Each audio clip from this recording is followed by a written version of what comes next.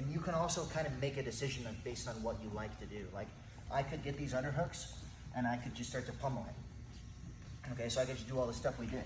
I could get here, and then I could pummel up, and I could start collapsing his hips.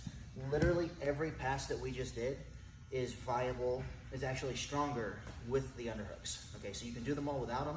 It's just a little harder. You get the underhooks, it's a lot easier. But now, I like to turn these into knee slices. Okay, so I am going to talk about the knee slice a little bit. I lied. I'm a liar. I can't not talk about it. But again, it's going to depend on what underhook I get. Okay, I'm going to start with the side that I'm flatlining him on, essentially. Okay, so if I get this underhook here, right? First off, keep the underhook. Okay, so like I'll take my head and I'll bury my head down by my hand. I'll gable grip around his neck and squeeze that off and use my shoulder to close it off. Sometimes they don't really fight me in the hooks, and I feel pretty safe being a little bit higher away from them and just hooking and pressuring in. Okay, that's going to all be on feel. All right, so if he's really fighting me, I'm really going to come down and just attack as much as I can. All right, but like I said, pretty much anytime I get underhooks, I can start looking for knee slices. So if I have this underhook here on my right side, I'm just going to take my right knee and drop it to the mat on the left side. Okay, that's it. It's a whole knee slice done. He might try to catch quarter guard. I can usually move their bottom leg out of the way before they catch it on this particular knee slice. To skip through 1,000 different details, you could get here and you could just start kicking their legs off hard as fuck. Okay. Well, I say kick, but we all know it's a push, right? Just don't look at the ref. I know eye contact's important, but it's not with the ref right now. It's with him. All right.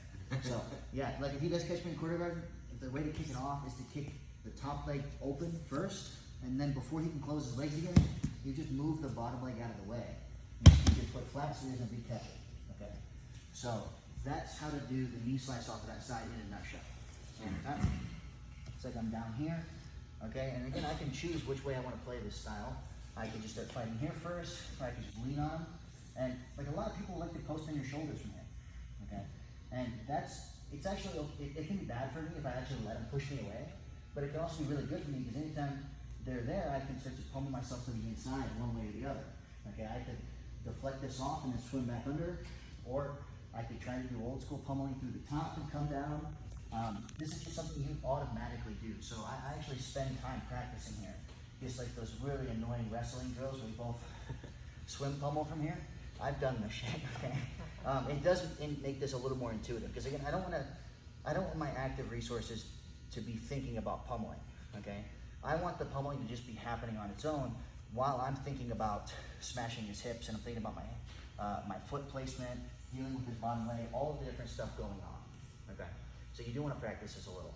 But again, like I'm assuming I get this bottom underhook here, I get really, really close to it. I can use 2 hands, I can use 1 hand, it just depends, right? Absolute first thing I always do is I use this underhook to really smash my hips in, okay? So I don't want to just get pushed away and let him get his legs back into play.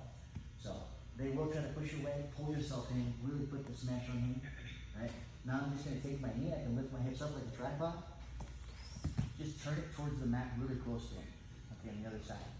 Now, like I said, I usually will try to kick their legs off really early so they don't really get a good quarter guard going.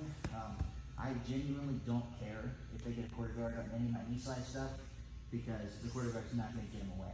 It's just going to maybe take me an extra 15 seconds to pass it, all right? He's not going anywhere. You should never lose this position in general. Okay, but otherwise, I'm just going to open it up, okay? Now, the way I like to say this, when you're pushing these, is you do it with fucking authority. Like, you know what it means is that you are actually putting effort into opening these up. Okay, like if you give a little love tap and it doesn't open, love harder. Okay, here.